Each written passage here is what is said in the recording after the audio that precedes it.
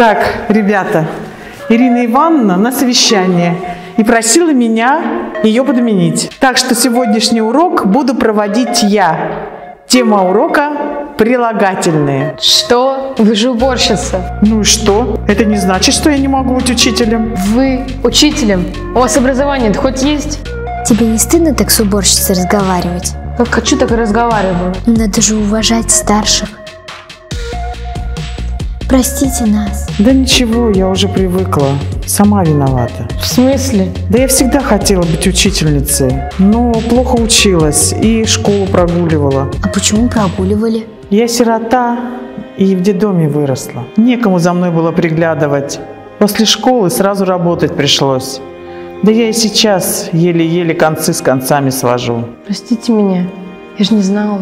Да ничего, Вик. Возьмите деньги, это все, что у меня есть. Спасибо.